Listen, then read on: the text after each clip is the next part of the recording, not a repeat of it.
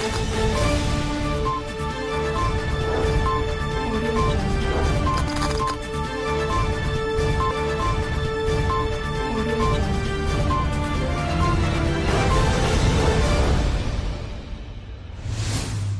जिनेंद्र। आत्मा चैनल देख रहे सभी दर्शकों का मैं नलिनी स्वागत करती हूं। आइए बढ़ते हैं आज के धार्मिक और सामाजिक समाचारों की ओर। तप चंद्रिका श्रमणी गौरव गुरुनी मैया महासाध्वी श्री वीणा जी महाराज साहेब थाने 6 आज किचलू नगर जैन स्थानक से विहार करके सूर्य विहार श्री जगमिंदर जैन के घर पधारे। प्रातः यहां पहुंचकर गुरुनी जी की आज्ञा से साध्वी रत्न कोकिला कंठी श्री संचिता जी महाराज साहेब ने एक अद्भुत प्रवचन श्रद्धालुओं को श्रवण कराया। गुरुनी जी ठाणे 6 25 मार्च 2022 दिन शुक्रवार को विहार करके न्यू किचलू नगर राजकुमार जैन, ज्योति जैन, आयुष, जया जैन, न्यूज जैन बैग परिवार के निवास स्थान पर पधारेंगे। आज महाराज साहेब ने आगामी चातुर्मास के बारे में भी हमें बताया और उन्होंने महावीर जयंती को लेकर संदेश दिया। हाँ जी महाराज साहब, आप यहाँ पर कब से विराजमान हैं? हम कल यहाँ किचलू नगर जैन स्थानक से आ गए थे और कल का हमारा यहाँ प्रवचन था और कल का प्रवचन देने के बाद आज यहाँ पर ज्ञान गोष्ठी चली है 1 घंटे की। और अब हमने कल यहाँ से विहार करके न्यू किचलू नगर गुरु भक्तों के घर में जाना है धर्म संदेश सुनाने के लिए। उसके पश्चात हमने आगे जाना है गोल्फ लेन के पास और वहाँ पर भी हमारा एक प्रवचन है। फिर अगर नगर जैन स्थानक में भी प्रवचन देने के पश्चात हम जैसा भी हमारा बनेगा द्रव्य क्षेत्र काल भाव के अनुसार हमने चंडीगढ़ की तरफ विहार करना है और वहाँ हमारा 17 सेक्टर पंचकुला में आगामी चातुर्मास हमारा वहाँ पर रहेगा। धर्म प्रेमी बंधुओं, भवी जीवों, आप सभी के लिए 2022 के इस वर्ष में हमारे वीतराग भगवान अनंत करुणा निधि वात्सल्य वारिधि सिद्धांत पारगामी धर्म के स्वरूप को स्पष्ट दर्शाने वाले वीतराग भगवान महावीर स्वामी के जन्म कल्याणक आ रहा है। और ये 14 अप्रैल का समय जो आ रहा है जन्म कल्याणक का, मनोभाव से उल्लासित होते हुए पूरा विश्व इस जन्म कल्याणक को मनाएगा। परंतु इस जन्म कल्याणक में हमारा एक सदप्रयास होना चाहिए कि हम मन से, वचन से, काया से, अपने स्वयं के पुरुषार्थ से हर किसी का भला करें, भला करवाएं और इस महावीर जन्म कल्याणक को हम सार्थक बनाए उनकी सच्चे दिल से स्तुति करके। वीतराग भगवान महावीर स्वामी ने अपने जीवन में हमें ये दर्शाया है कि जियो और जीने दो, कि स्वयं हम जीना सीखें और तब जाकर के हम दूसरे को जीने की शिक्षा दे सकते हैं। जियो का अर्थात ये होता है कि जब हम जीना सीख जाते हैं तो हर किसी को हम अच्छी भावना से देखते हैं, अच्छे भावों से उसे मिलते हैं और अच्छी भावना के साथ उसे विदाई देते हैं। तो हमारा जो मनोभाव है राग और द्वेष से रहित हो, क्रोध, मान, माया और लोभ से रहित हो। लुधियाना से कैमरामैन बलविंदर के साथ नलिनी की रिपोर्ट। दिल्ली विधानसभा सदन के सेशन में आम आदमी पार्टी के खिलाफ विपक्ष नारे लगाने लगी, जिसका जवाब देने के लिए आम आदमी पार्टी के नेताओं ने भी विपक्ष के खिलाफ नारेबाजी करनी शुरू कर दी, जिसके बाद स्पीकर श्री राम निवास गोयल ने इन्हें अपनी अपनी सीट पर बैठने के लिए कहा, लेकिन विपक्ष ने उनकी बात नहीं सुनी, जिसके बाद स्पीकर ने कार्रवाई करते हुए विजेंद्र गुप्ता और जितेंद्र महाजन को पूरे दिन के लिए सदन से बाहर करने का आदेश दे दिया।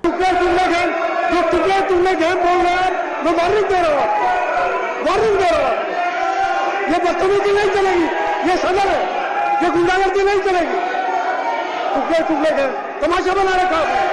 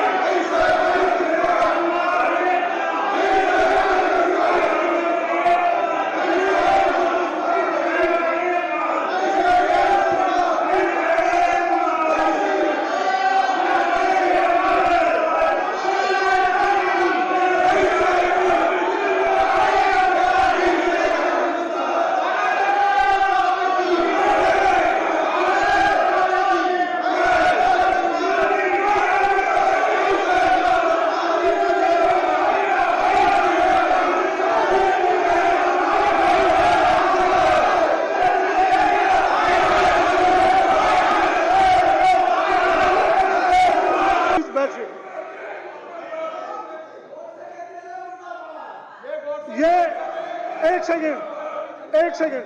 बीजेपी देशद्रोही है जी, साबित हो गया। जब तो पंजाब में मारे ठोक ठोक के, अरे 10 में मारे। मैं जितेंद्र महाजन को आज पूरे दिन के लिए सदन से बाहर करता हूं। मार्शल्स,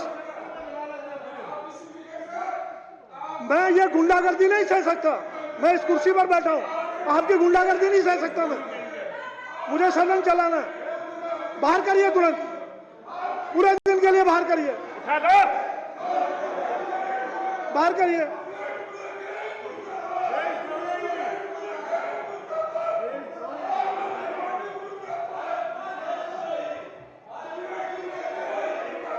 आत्मा ब्यूरो की रिपोर्ट। लुधियाना के मोती नगर में स्थित सरकारी स्कूल में विधायक दलजीत सिंह भोला गरेवाल द्वारा पहुंचकर चेकिंग की गई।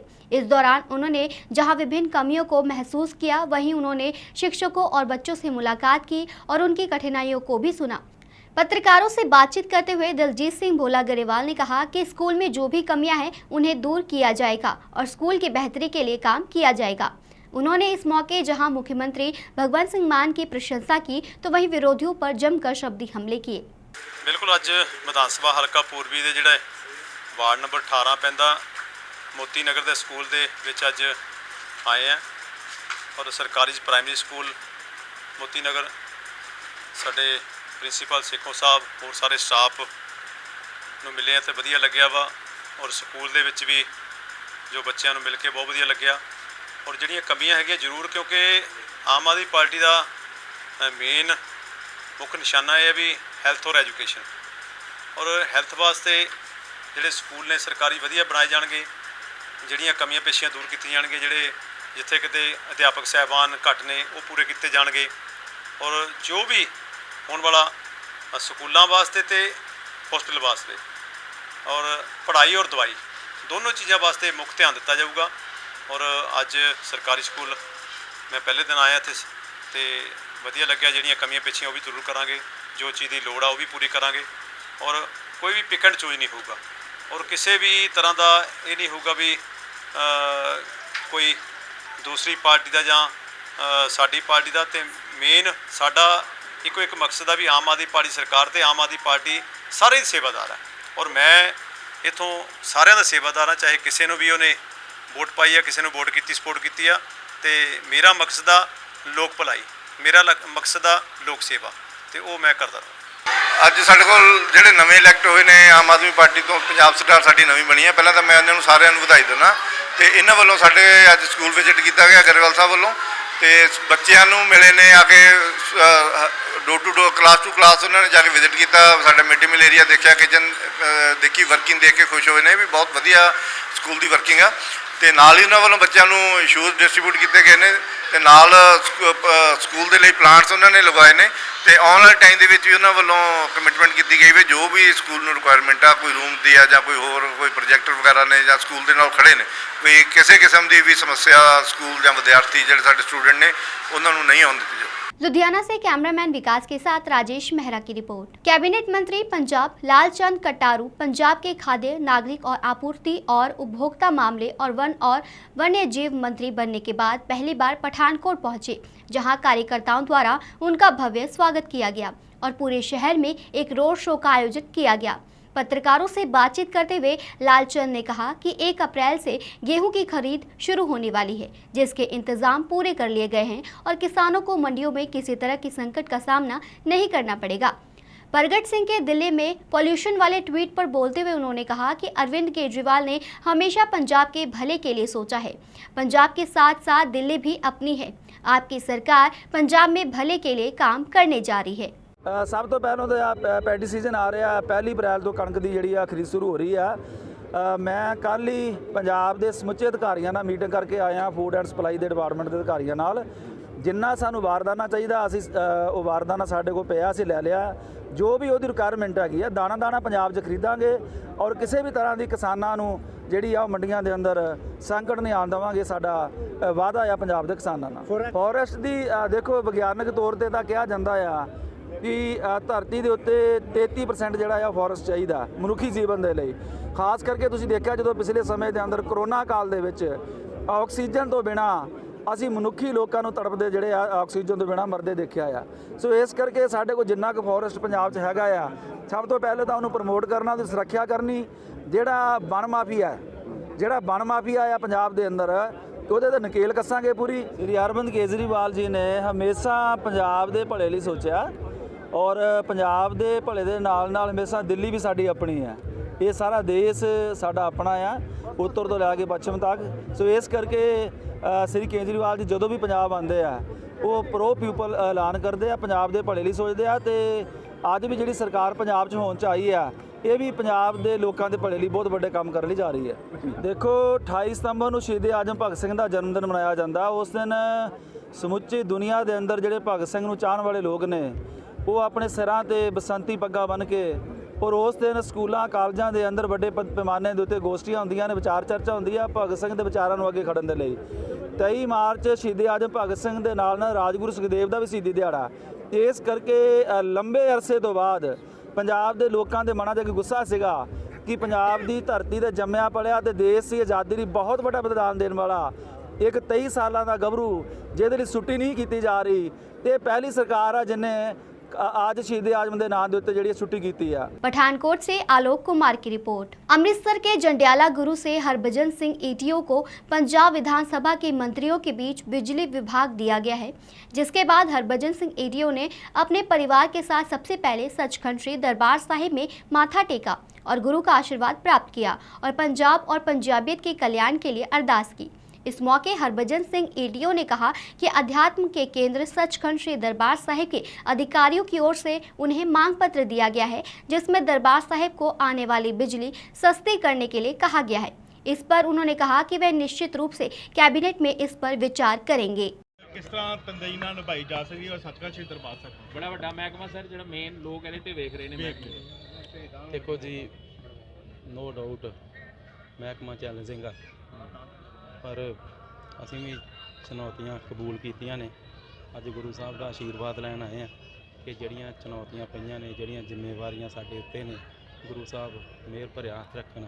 असीं नेक नीति दे नाल जिहड़ियां जिम्मेवारियां उन्हां नूं निभा सकीए। ईटीओ साहब अगले महीने तो जिहड़ी आ वो बिजली दे जिहड़े ने जिहड़ा फैसला लिता गया सी उत्ते इंप्लीमेंट किया जा रहा है। बस जल्द असीं जो गारंटियां दित्तियां ने जल्द ही इंप्लीमेंट करन जा रहे हैं। सचखंड श्री दरबार साहिब लखां की गिनती च श्रद्धालु आते हैं और बिजली के स्रोतां नूं लैके सोलर प्लांट भी लगाए गए हैं। कि लगता कि इत्थे भी कोई ना कोई वधिया उपराला किया जा सकता है, क्योंकि रूहानियत का केंद्र है। बिल्कुल जी, रूहानियत के केंद्र ने, इत्थों ही आशीर्वाद लेके सारा कुछ चलता है। सो कुछ यूनिट्स बारे भी गल हुई अज, सो जाके कैबिनेट दे विच जरूर विचार करके जो भी हो सकिया जरूर करेंगे जी। अदर सोर्सेस तो जिस तरह की गल की इन्होंने कि अदर सोर्सेस तो बिजली खरीदना होंदा है, पैदा करना होंदा है, जो घट गई थर्मल प्लांट घट गए, कोला घट गया तो हो गई, लेकिन अदर सोर्सेस है जिस तरह बायोगैस है या सोलर है, हाँ जी, वो जो बड़ी तरह ना बिजली पैदा की जा सकती है, उन्होंने वाल सोर्सेस वाल ध्यान दिए तो बिजली की जी खपत है या बिजली की जी पैदावार ही सस्ती हो जाएगी, वो वाल ध्यान दिता जाएगा। बिल्कुल दिता जाएगा। असीं सोलर प्लांट्स जिहड़े आ उन्हां नूं काफ़ी वड्डी पद्धर ते गोहे नाल जिहड़ी पैदा हाँ इंट्रोड्यूस करने जा रहे हैं, क्योंकि ये जिहड़े तुहानूं पता सोलर प्लांट्स ते एक बारी स्ट्रक्चरल जिहड़े खर्चे ने आ जाते हैं, उस तो बाद काफ़ी सस्ती बिजली हो जाती है।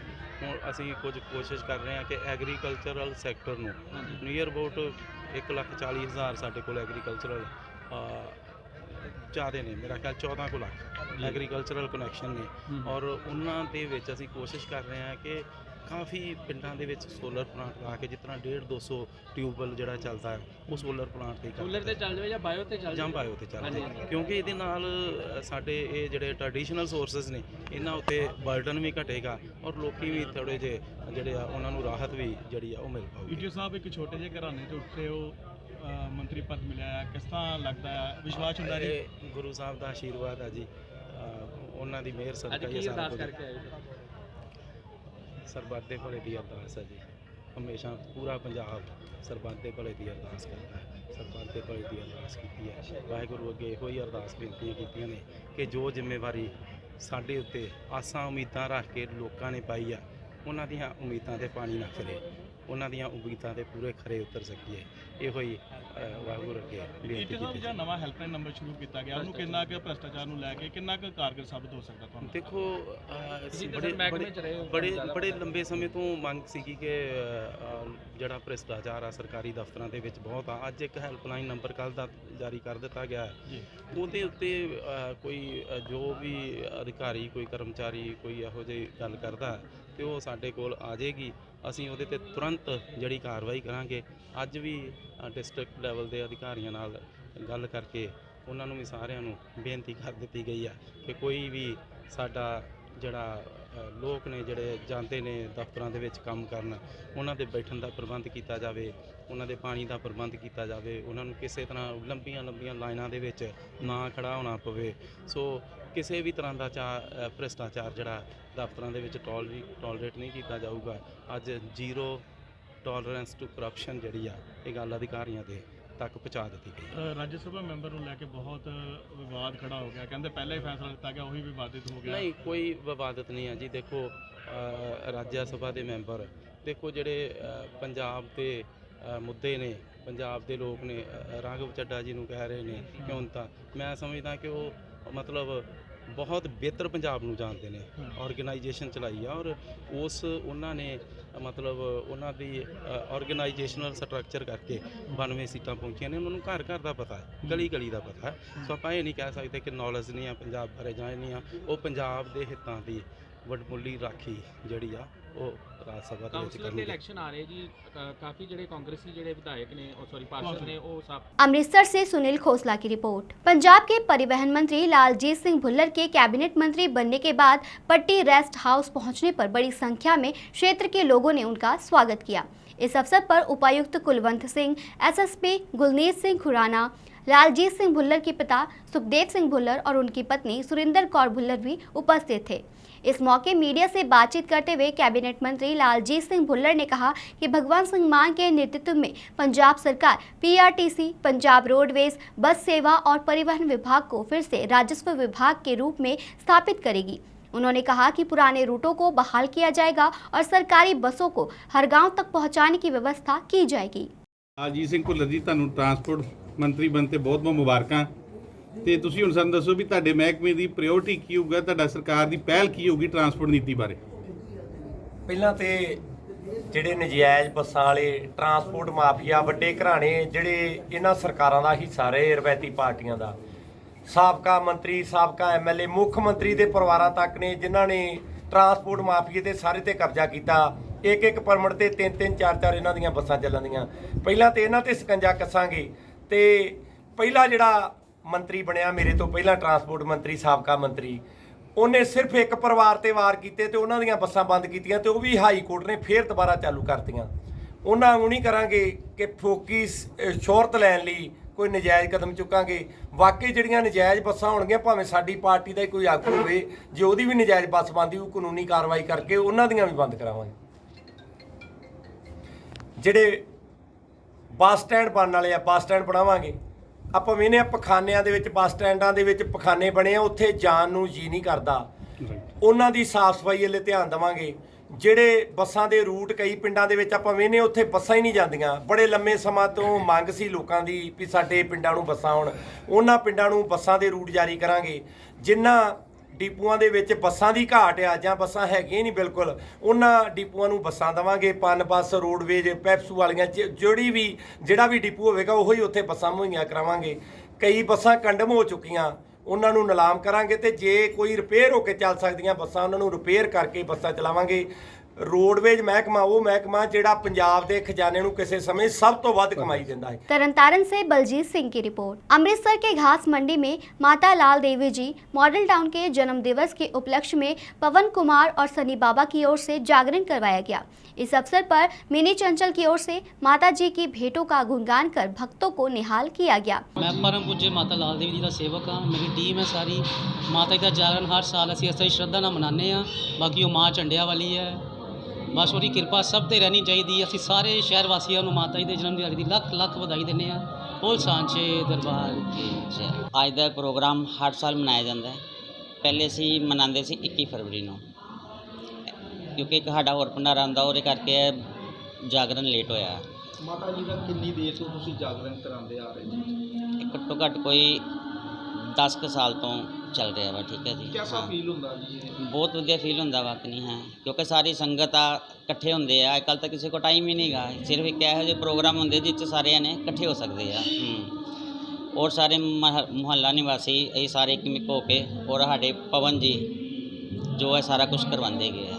ਹਾਂ, ਕੀ ਨੌਜਵਾਨ ਪੀੜ੍ਹੀ ਨੂੰ ਮੈਸੇਜ ਦੇਣਾ ਚਾਹੁੰਦੇ? ਨੌਜਵਾਨ ਨੂੰ ਮੈਸੇਜ ਇਹ ਹੀ ਹੈ ਕਿ ਧਾਰਮਿਕ ਕੰਮਾਂ ਵੱਲ ਲੱਗਣ, ਨਸ਼ਾ ਇਹ ਉਹ ਇਹੋ ਜਿਹਾ ਕੋਈ ਵੀ ਸੇਵਨ ਨਾ ਕਰਨ।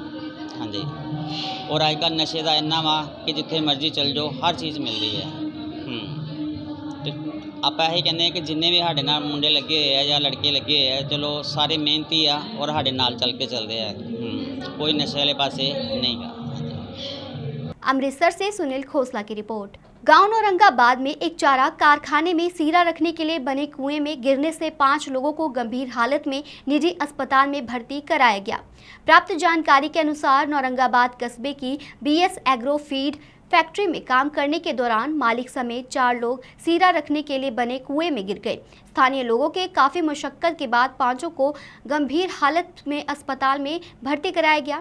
मिली जानकारी के मुताबिक 4 लोगों की मौत हो गई है और एक की हालत गंभीर बनी हुई है। घटना की जानकारी मिलते ही उपायुक्त कुलवंत सिंह, SSP गुलनीत सिंह खुराना, SDM तरनतारन रजनीश अरोड़ा और अन्य टीमें मौके पर पहुंच गई। मैं सुखविंदर सिंह सरपंच पिंड मालमोरी। की गल बात होई सर?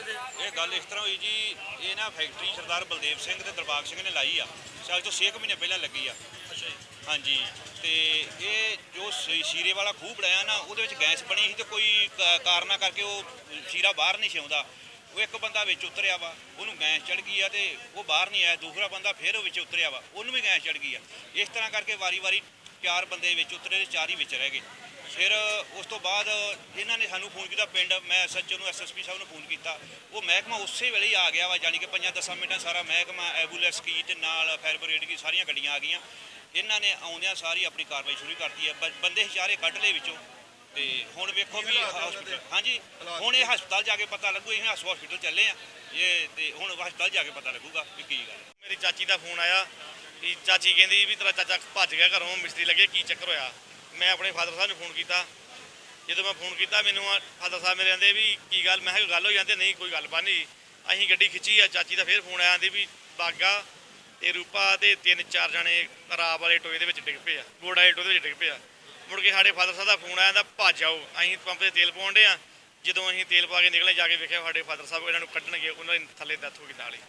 ਮੈਂ ਵੀ 3 ਰਾਂ ਗਿਆ ਕੱਢਣ, ਪਰ ਨਹੀਂ ਵਾਹ ਪੇਸ਼ ਨਹੀਂ ਚੱਲੀ। ਉਹ ਗੈਸ ਜਿਹੜੀ ਜ਼ਿਆਦਾ ਬਣੀ ਉਹ ਠਾਹ ਨੂੰ ਖਿੱਚਦੀ, ਉਹਦੇ ਕਰਕੇ ਉਹਨਾਂ ਦੀ 3 ਜਣਿਆਂ ਦੀ ਮੌਤ ਹੋ ਗਈ। 1 ਜਣੇ ਦੀ ਬਚਾਅ ਬਿਲਕੁਲ। ਉਹ ਗੱਲਾਂ ਬਾਤਾਂ ਕਰ ਰਿਹਾ ਜੀ। औरंगाबाद 'ਚ ਇੱਕ ਫੀਡ ਦੀ ਫੈਕਟਰੀ ਆ, ਉੱਥੇ ਇੰਸੀਡੈਂਟ ਹੋਇਆ। ਉਹ 'ਚ ਜਿਹੜਾ ਸੀਰੇ ਵਾਲਾ ਹੁੰਦਾ ਨਾ, ਗੋਆ ਪੁੱਟਿਆ, ਉਹਦੇ ਵਿੱਚ 4 ਬੰਦੇ ਡਿੱਗ ਪਏ। 3 ਦੀ ਡੈਥ ਹੋ ਗਈ ਹੈ, ਇੱਕ ਅਜੇ ਅੰਡਰ ਟ੍ਰੀਟਮੈਂਟ ਹੈਗਾ, ਉਹ ਠੀਕ ਹੈ, ਸਟੇਬਲ ਹੈ। ਇਹ ਸਰ ਸਾਰੇ ਇੱਕੋ ਪਰਿਵਾਰ ਦੇ ਜਿਨ੍ਹਾਂ ਦੀ ਡੈਥ ਹੋਈ ਉਹ ਸਾਰੇ तरनतारन से बलजीत सिंह की रिपोर्ट। बटाला का एक परिवार पिछले 14 दिनों से अपने इकलौते बेटे के शव के गांव आने का इंतजार कर रहा है।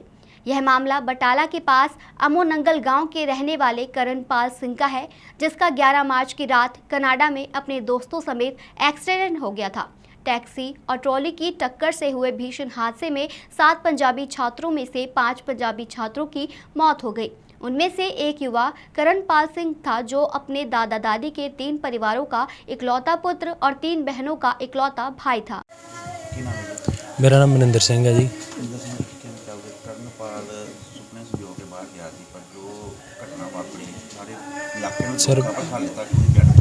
सर बड़ी माड़ी घटना वापरी है जी। एडी तगड़ी घटना रब के दुश्मन ना ना करे। ये 2-3 घरां दा कल्ला कल्ला बच्चा सीगा जी।